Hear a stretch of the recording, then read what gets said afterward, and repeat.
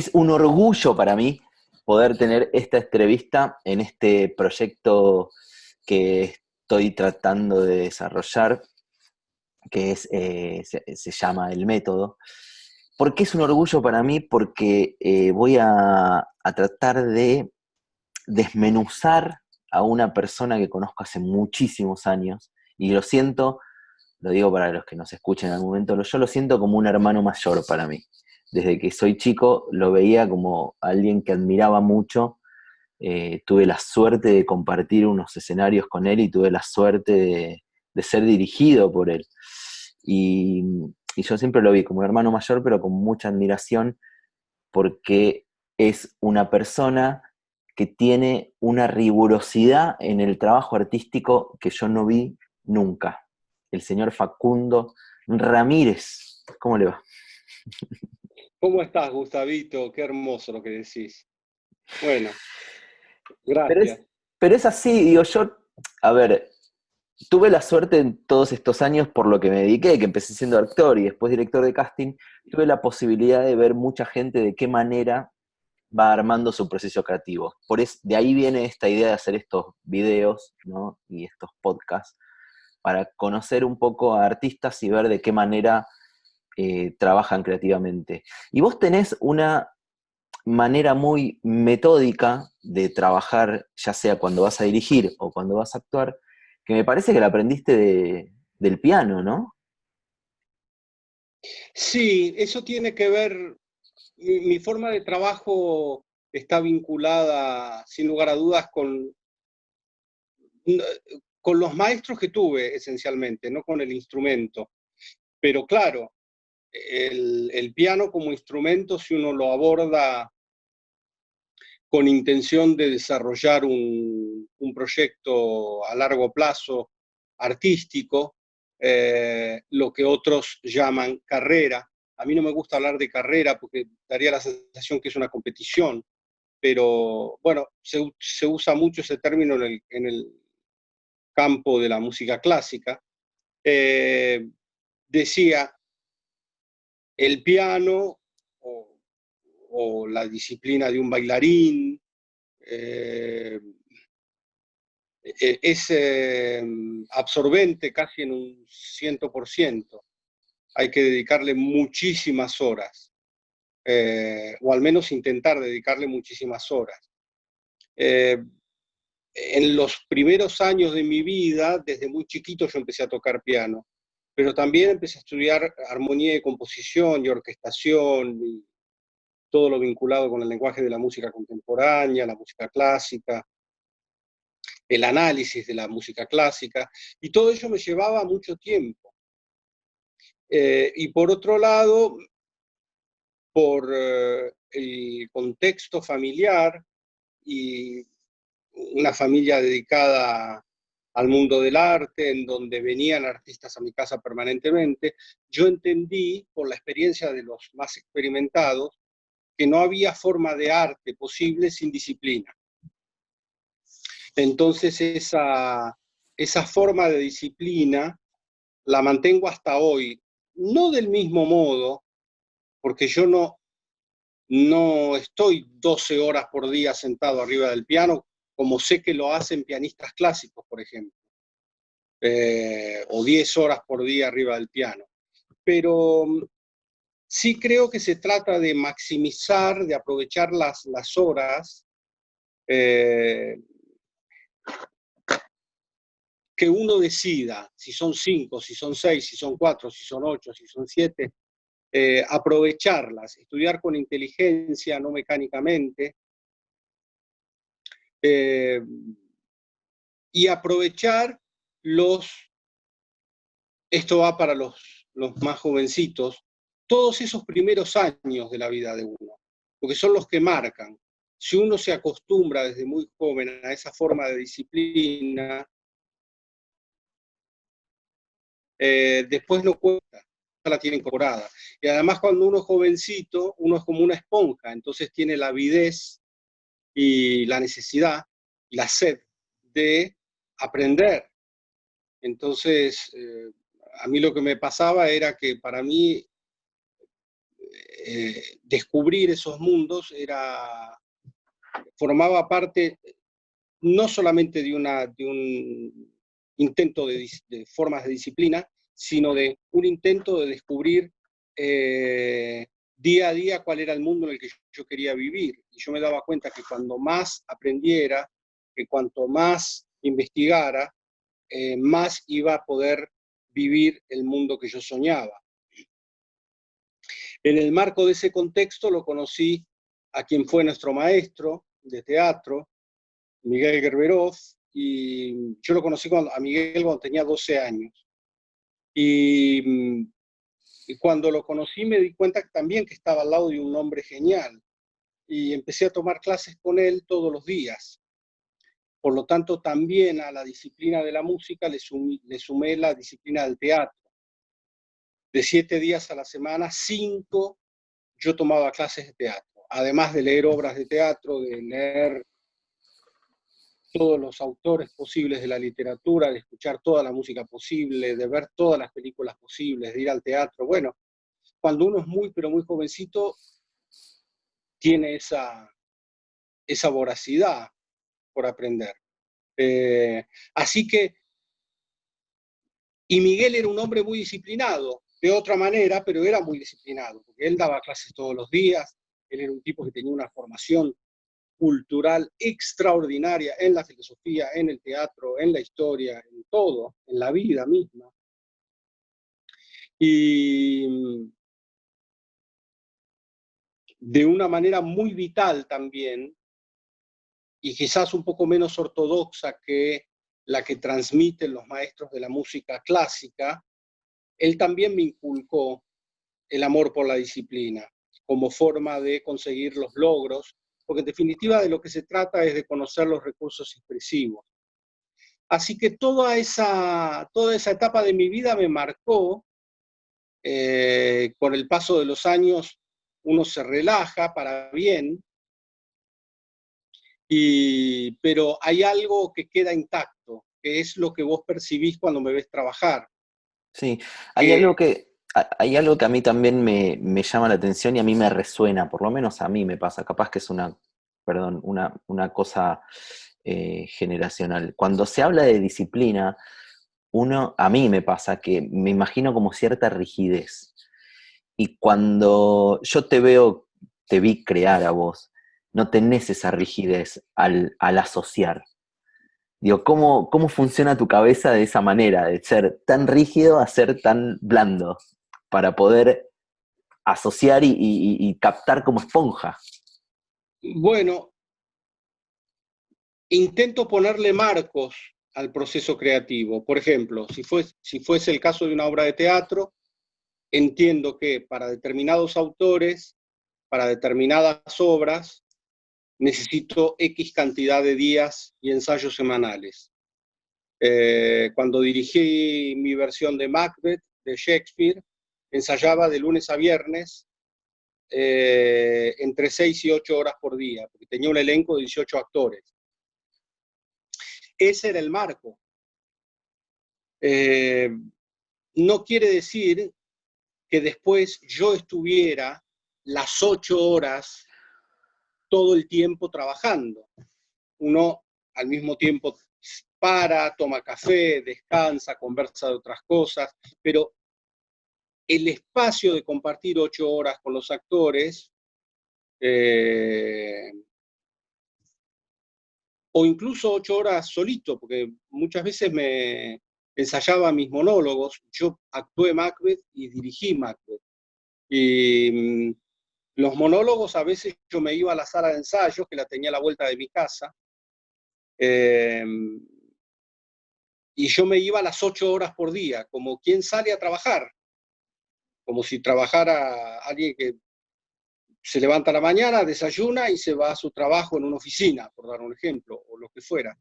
Bueno, yo me iba a la sala de ensayo a estar esas 8 horas en contacto con el espacio, repitiendo los textos. A veces me dormía una siesta de 40 minutos, después me tomaba un café, volvía a repetir. Bueno, y no todos los días me quedaba 8 horas, por ahí me daba cuenta que a las 5 horas el trabajo ya estaba bien, que lo que se había conseguido no era necesario seguir machacando. Por eso también me parece que es importante poder tener esa flexibilidad que a uno le permita darse cuenta que a lo mejor uno en 3 horas logra lo que otras veces necesita eh, eh, conseguir en el doble de tiempo. Eh, y todo esto sumado a que uno en realidad está trabajando todo el tiempo, porque no es necesariamente cierto que el trabajo sucede cuando uno pone el cuerpo en práctica. Hay un video del pianista canadiense Glenn Gould, que es formidable verlo, hay que buscarlo en YouTube, en donde se lo vea, lo filman a él estudiando. Él está con una bata, todas las partituras por el piso, y él toca, toca, toca, toca, toca, y habla, y no le gusta, y no sé cuánto, y se levanta del piano, y se queda así mirando el piano, un rato largo, se queda pensando. Es decir, no necesariamente estudiar es, en el caso del piano, es levantar los dedos, repetir las notas. Es pensar esas notas, es imaginar ese lenguaje musical, es reflexionar acerca de cómo uno quisiera lograr a donde uno, ese resultado a donde uno quiere llegar. Y a veces para poder hacerlo hay que correrse del lugar y mirarse a uno mismo como si uno pudiera, ¿no?, desprenderse de uno y verse como en una película, como filmado, verse. Yo me acuerdo que cuando era chico y estudiaba con Ana Gelber, fue una gran maestra de piano, formadora de pianistas en Argentina, que fue como la heredera del gran maestro italiano Vicente Scaramuza, de la técnica de este maestro. Cuando Anita Gelber, que fue mi gran profesora de esos años, se enfermó, Bruno Gelber, su hijo, pero gran pianista en todas partes del mundo, me dio algunas clases. Y yo era chiquito, yo tenía 12 años, 11, 13, por ahí. Y una vez me dijo en el medio de una clase, ¿vos te escuchás? Entonces yo lo miré y le dije, ¿cómo? Me dice, si te escuchás, si te grabás. Me dice, porque a veces es bueno grabarse. Agarrá en aquella época no sé qué sería. Y los grabadores Un, con cassette. claro, un pasacassette. Me dice, agarrá un cassette y cuando estudiás, tocá 10 minutos, media hora, una hora, y grabate. Y después escuchá, porque uno aprende y escuchando. Y esta misma idea la entendí rápidamente cuando lo conocí a Miguel Greberov en el teatro, porque él le decía a sus alumnos, no crean que ustedes aprenden la mecánica de actuar o se aprenden actuando solamente cuando pasan a hacer un ejercicio, cuando pasan a improvisar. Uno aprende quizás mucho más cuando uno está viendo cómo los demás trabajan. Esta idea de ver de afuera, ¿no? Eso también es una forma de disciplina. Cuando, Eh, cuando trabajaste son con... formas diferentes. Sí, perdón, Sí, Fa. perdón. Cuando trabajaste con la Beli, que uno imagina que debe ser una persona muy disciplinada en ese sentido y muy estricta con el trabajo, ¿es real así como, como uno imagina? Digo, ¿cómo fue tu experiencia y digo, pues también era en el marco de un teatro oficial que también sabemos que el teatro oficial acá no es que tiene las libertades que decís quiero trabajar 10 horas sin parar, sino que tenés horarios y bueno, eh, a veces son complicados. Bueno, el caso de la Belly es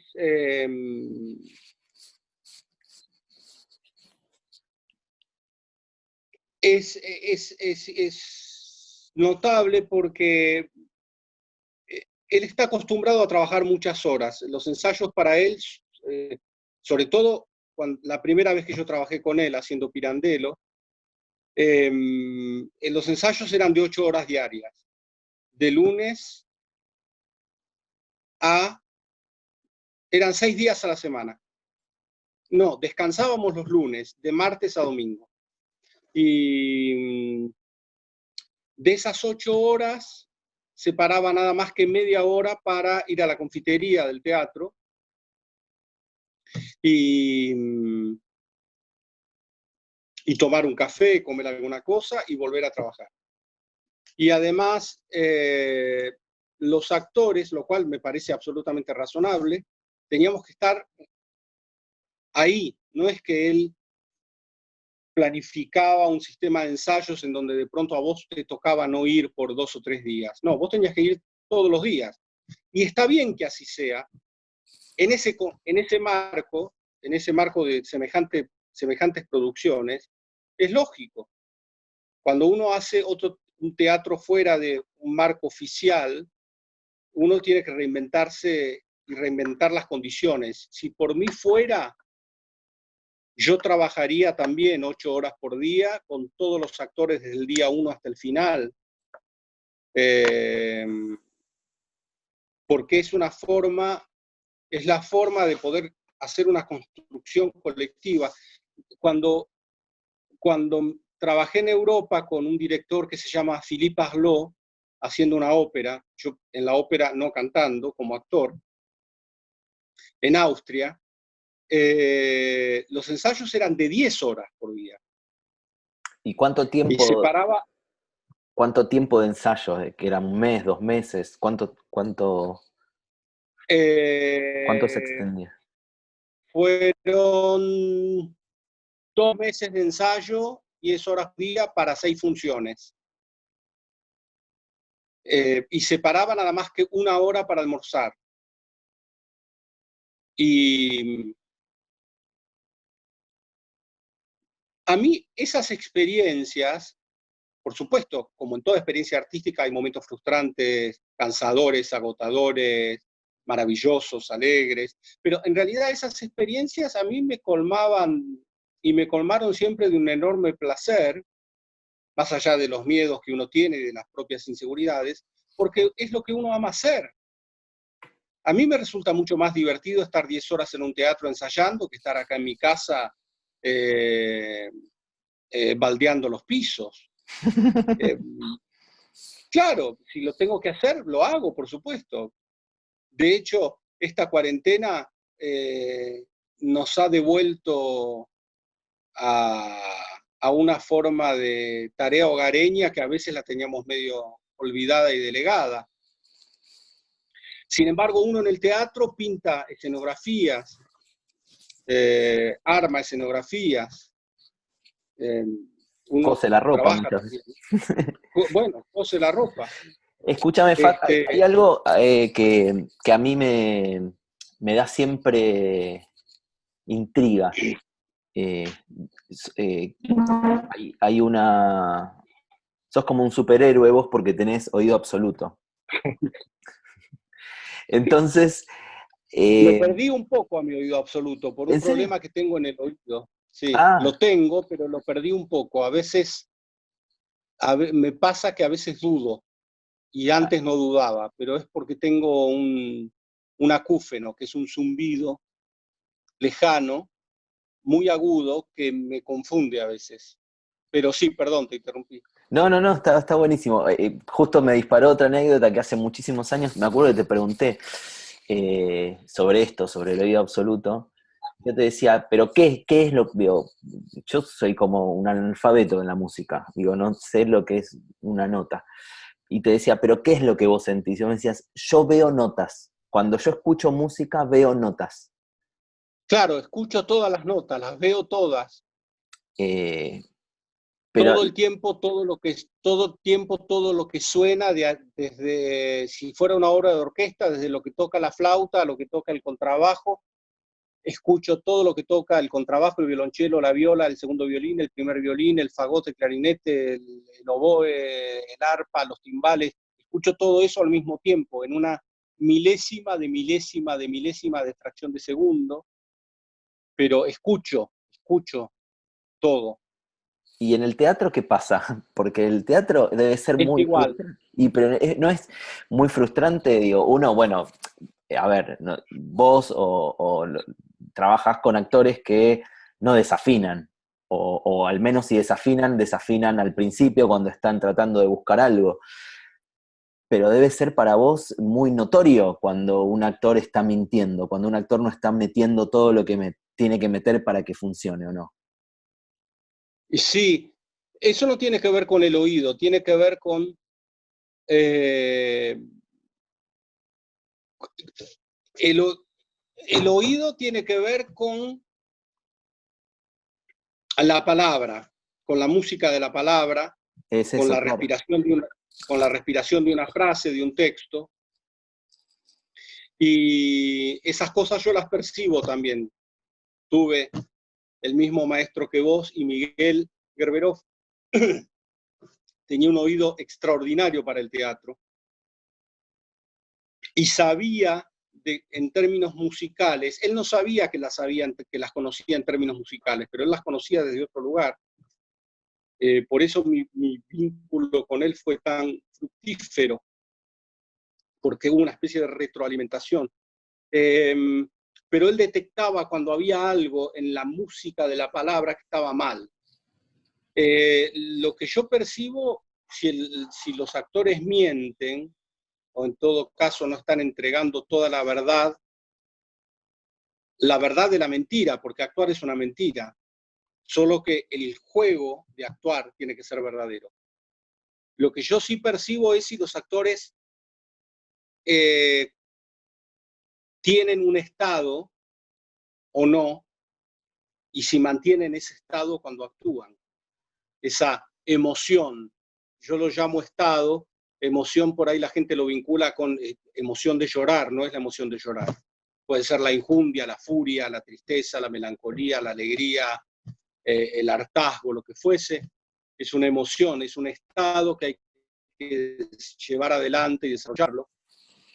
Y yo percibo si un actor lo corta a eso. En estos días estoy subiendo videos de Macbeth, de la filmación de Macbeth y de la obra que hicimos juntos, la última, Amarillo, de Carlos Omiliana, y todo el tiempo editando el video, los fragmentos, me daba cuenta, se cortó, se le cortó, se cortó, respiró mal, lo percibo todo el tiempo.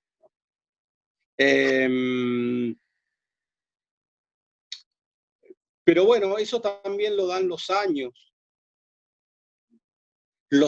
de haber trabajado disciplinadamente mucho, de haber visto mucho.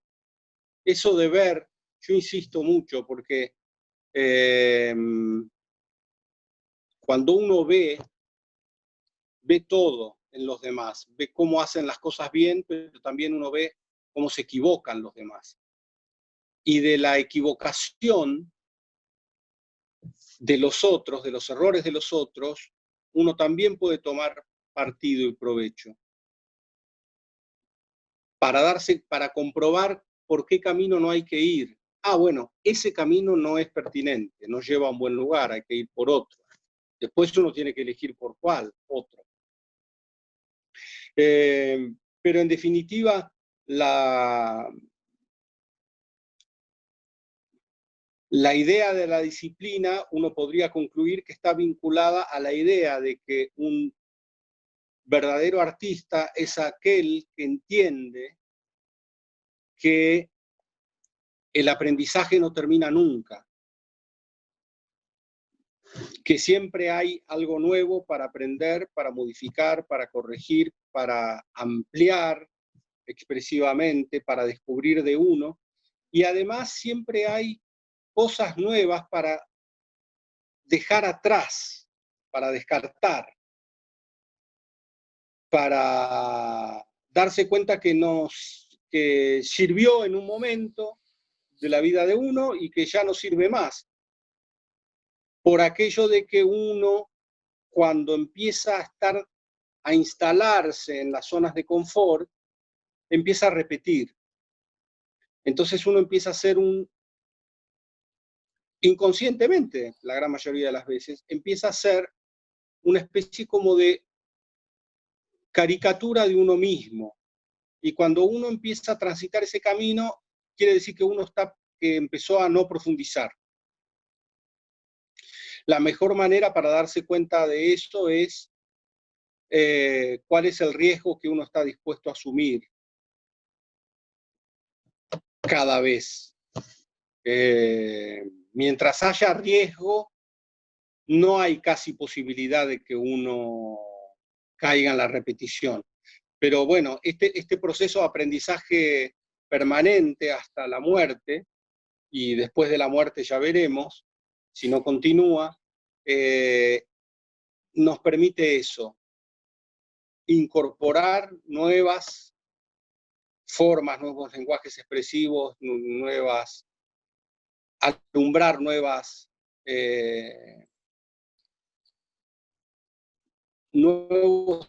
aspectos de la vida y de lo artístico, tratar aquellos que para algún momento de la vida sirvieron y que ya no sirven más. Ya está, basta. Fac, ¿No? yo sé que vos, bueno, pero hablamos bastante, uno de los personajes que siempre quisiste hacer es Macbeth, y lo hiciste, y muy bien. Siempre lo hiciste bien, hasta cuando practicabas para poder hacerlo. Pero, ¿cuál es el personaje que te falta hacer, que decís, quiero hacer este, y cuál es la obra que decís, quiero dirigir esta obra?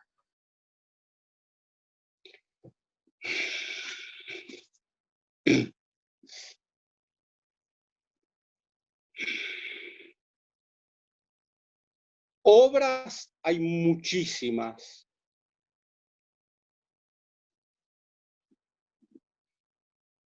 Personajes, no sé si hay tantos.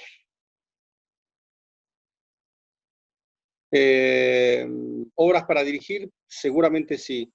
En general, con los personajes, en el teatro, los personajes nuevos que vienen son siempre el personaje que uno quiere hacer. Son aquellos personajes a los que uno, como son páginas en blanco, uno sabe que uno los puede llenar de algo diferente.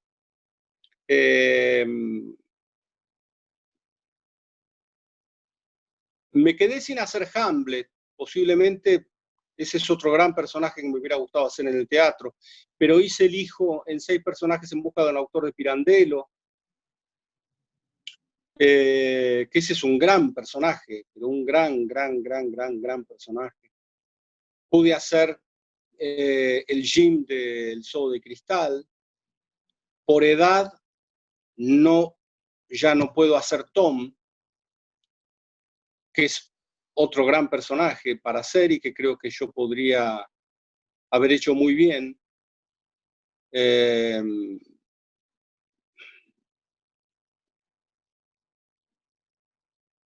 Pero hay un abanico de personajes, por ejemplo, después del Pirandello, inmediatamente antes de terminar la temporada me llamó Roberto Villanueva, otro gran maestro del teatro argentino, y me invitó a hacer una obra de Perinelli que se llamaba La Cena. La estrenamos con Claudia Lapacó en el Teatro del Pueblo. Y yo no estaba seguro de poder, en términos de cansancio, yo estaba agotado. Pero quería trabajar con Roberto Villanueva. Y cuando me dio la obra, leí ese personaje que tenía que hacer, un personaje fantástico. Y fue tan diferente al personaje del hijo de 6 personajes en busca de un autor, que me lo disfruté de una manera extraordinaria. También una vez hice un personaje con Victoria Carreras en una obra que se llamaba Después del mar, que era un escritor en una suerte como de fin del mundo, en un naufragio, y un personaje naturalista, digamos, muy naturalista. Y, y cuando lo tuve, cuando entendí cómo era ese personaje, me dio un placer enorme. Así que yo creo que ahí los actores, esta idea de cambiar la piel, como cambian las serpientes o las arañas, nos permiten, eh, nos permiten que esos personajes nuevos sean cada vez como el más importante. Con relación a las obras de teatro, están las obras que cada uno sabe por qué razón, eso ya es muy personal, pero están las obras que uno amó de toda la vida y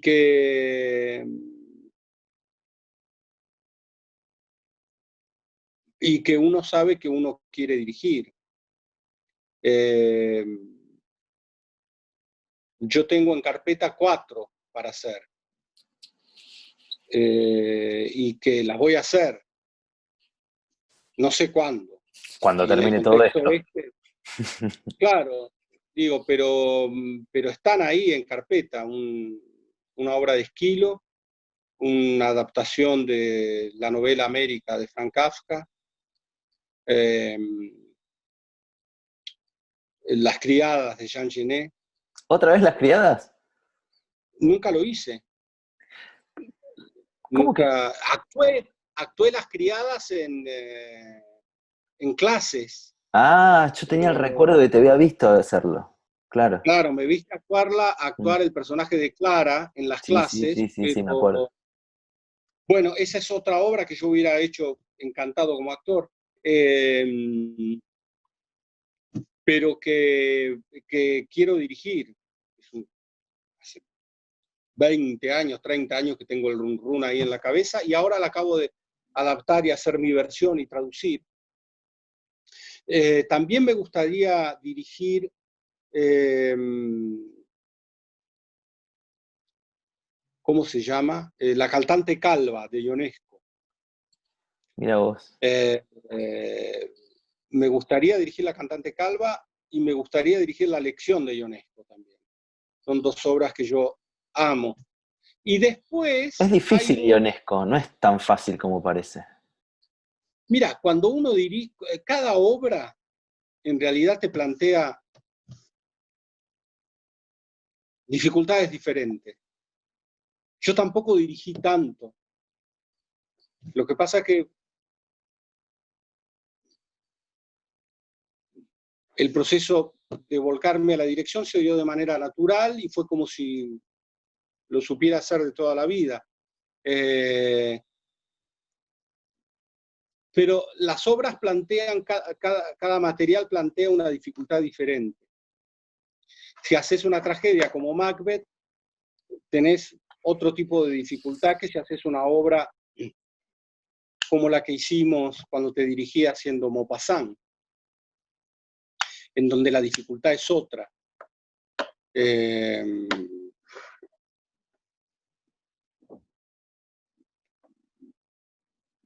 no sé si es más difícil Ionesco que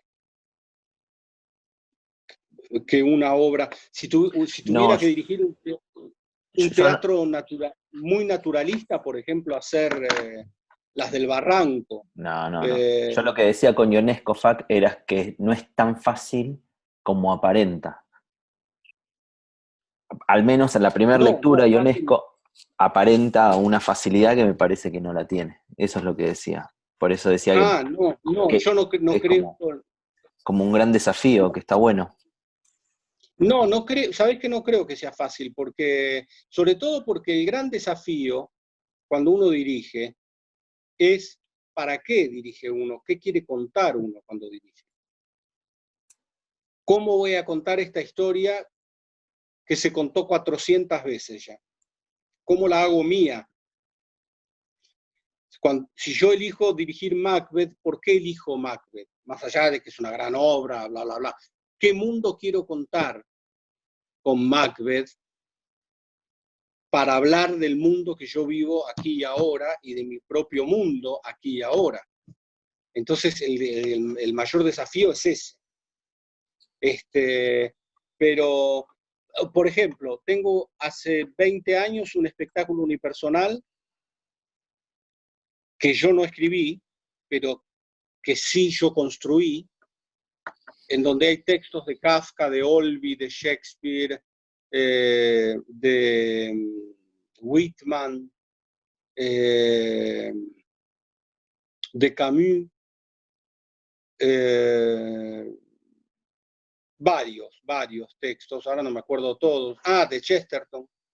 Y ese es un espectáculo, y el nexo entre esos textos es un texto que le encargué al escritor Román Guilotti, que es un querido amigo también que estudió con Miguel Gerberov, que escribe muy, pero muy bien. Y ese es un espectáculo que yo quiero actuar y dirigir, y que le tengo mucho miedo, porque me da mucho miedo pensar en la posibilidad de subirme al escenario yo solo, a estar una hora ahí. Pero después de haber hecho Macbeth, dije, si hice Macbeth, no puede ser esto más difícil. Eso es un material que yo quiero hacer también, y que me plantea otro tipo de dificultades, porque tenés que pasar de Goethe a Chesterton, de Kafka a Olby, de Camus a Whitman, y te plantea la dificultad de cómo lograr que un actor sea todo un mundo y cuente todo un mundo.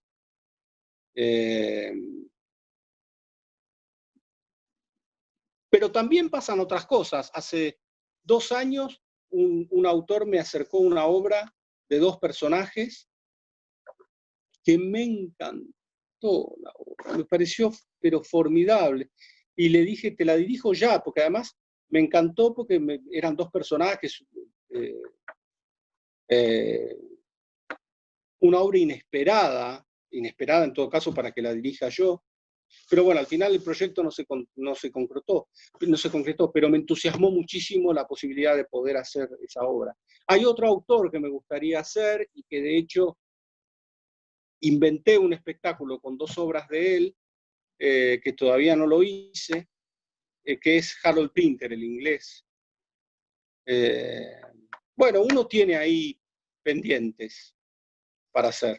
Justo te iba a decir, Pinter y Beckett, ¿dónde entran? Pero bueno, ya los nombraste. Sí, a Beckett, por ejemplo, tengo un proyecto con el actor Paolo Finamore para dirigirlo, Es que demasiado ya lo calvo, empezamos. Finamore. ¿Cómo? Es demasiado calvo, Finamore, no te conviene. No, bueno, pero ya lo empezamos a ensayar, después quedó en stand-by, pero lo vamos a retomar. Que es un texto casi inédito de Beckett. No es un texto teatral, pero se puede hacer teatralmente. Y me encantó porque dirigir una obra, el mundo de Beckett es un mundo que yo conozco mucho. Dirigiría Los días felices de Samuel Beckett también. No actuaría Esperando a Godot, por ejemplo, si me llamaran. Es una obra que yo amo y le tengo terror. Yo no lo haría. Tampoco actuaría Final de partida. Y sin embargo, me animaría a dirigir Esperando a Godot. ¿Y qué obra de piano no tocarías?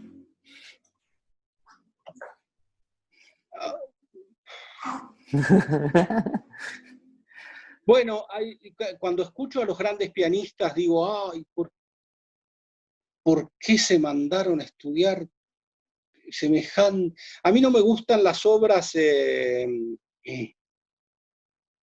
en el piano que son...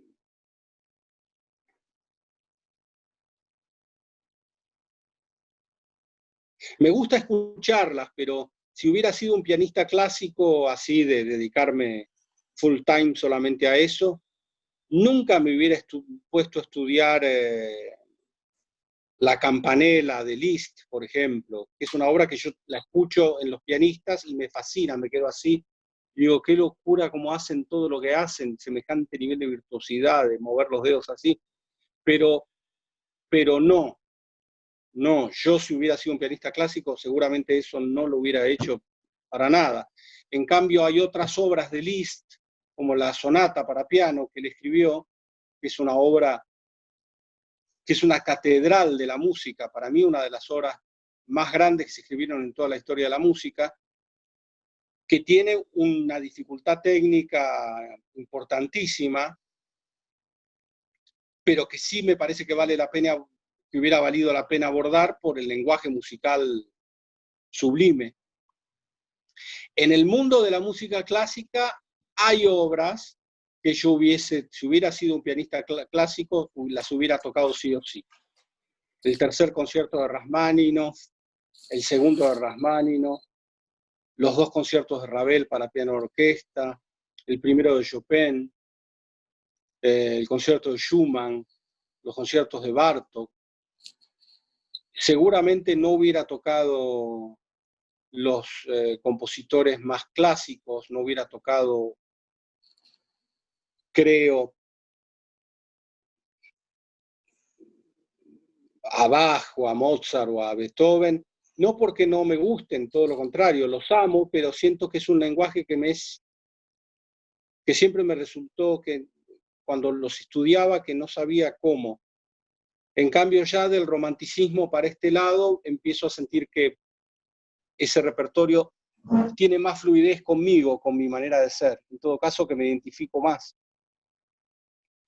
Pero bueno, no sucedió ninguna de las cosas porque no me dediqué, aunque pude tocar hace poco, que volví a la música clásica en mi dúo con Marcela Roggeri, tocamos una obra de Shostakovich fantástica, una obra de, ¿cómo se llama?, de Rimsky-Korsakov, y una breve obra de Rachmaninoff que yo amo, que se llama Vocalice, en una transcripción para dos pianos. Y ahí me di el lujo de volver a tocar algo de música clásica después de 25 años de no tocar, ¿no? Fac, te admiro muchísimo porque sos multifacético, tienes una cabeza increíble. Siento lo que vos decís, yo también lo siento, que tu paso a dirigir fue como natural porque ya como actor se te veía que tenías otra cabeza, por lo menos. A mí, yo me acuerdo, las veces que tuve la oportunidad de actuar con vos, aprendí mucho de vos y está buenísimo. Y te agradezco un montonazo todo este tiempo que me regalaste, Fac. No, yo no tenés nada que agradecerme, Gus.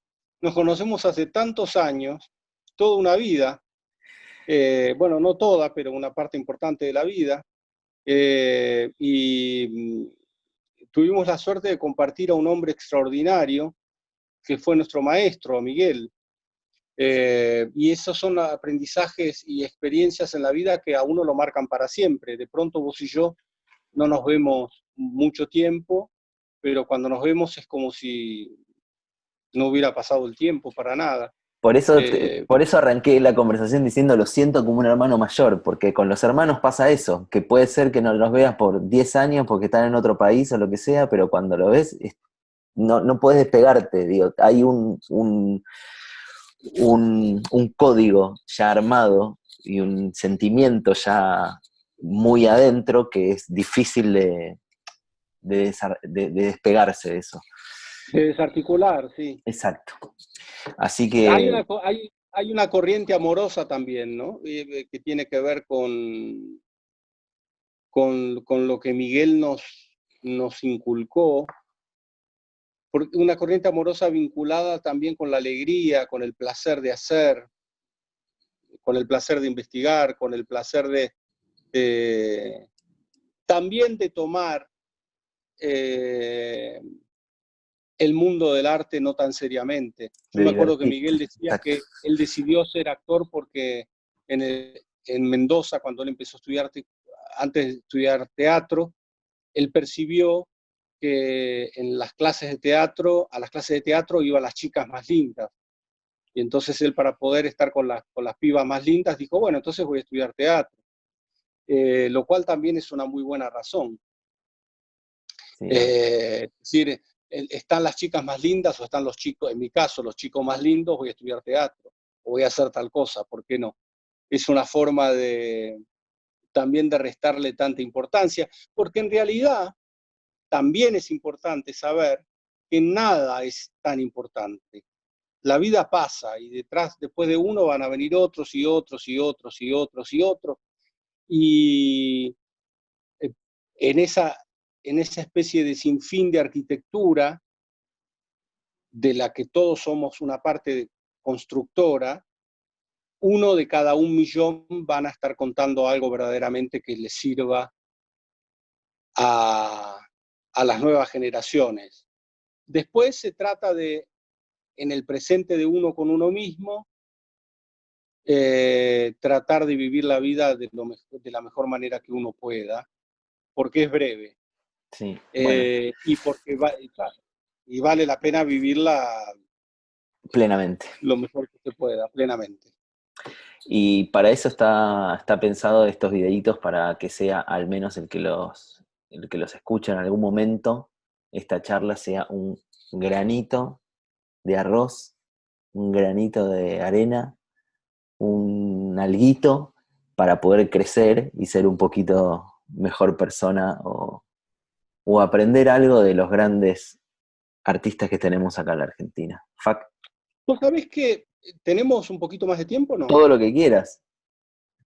Vos sabés que, fíjate las formas de aprender, cómo pueden ser diferentes, muy diferentes. A raíz de la pandemia, las redes sociales están a full, claro, porque la gente se comunica por las redes sociales. Y ahora empezaron a proponer un juego en una de las plataformas, una forma de invitar a tomar la posta entre los contactos que uno tiene para publicar afiches de películas o tapas de discos que a uno lo hayan marcado en la vida. Entonces te invitan, dice, ponele, yo te invito a vos y yo digo, acepto el reto de fulano de tal y voy a publicar los próximos 10 días, cada día, un afiche de una película que me haya marcado e invito a que continúe la posta Gustavo Chantada. Y yo acepté cuando me invitaron y hoy me invitaron para hacerlo con tapas de discos. Y yo dije, qué interesante, porque es una forma de aprender de qué se nutrieron los otros, qué materiales, por ejemplo, si yo soy amigo de un músico que es un baterista, qué materiales lo marcaron a él musicalmente como artista. A ver, entonces, uy, no escuché, a ver, y de pronto se abre un mundo nuevo, ¿no? Aunque uno tenga 55 años, como tengo yo, esa voracidad, esa posibilidad de un sistema nuevo de aprender y de descubrir cosas nuevas, era la que yo tenía cuando tenía 15. Es lo mismo, esa sed es igual, y las formas de saciar esa sed pueden, imagínate, en este caso viene a través de una plataforma digital, que alguien te proponga un juego, y sin embargo, ese juego dice, mira, a este tipo le gustaban las películas de Greenaway, este otro, mirá, de la década del 40, de los policiales, de tal cosa, y el cine italiano, o películas que vos ni sabías que existían, no de grandes directores, pero que sí te marcaron, y que de pronto ves la película, te llama la atención y se te abre un mundo nuevo. Nada, me gusta eso, de que se abran mundos nuevos cada día. Y está bueno, es la idea. Bueno, gracias, Fac. No, gracias a vos, Gustavito. Te mando un beso enorme. Otro para vos.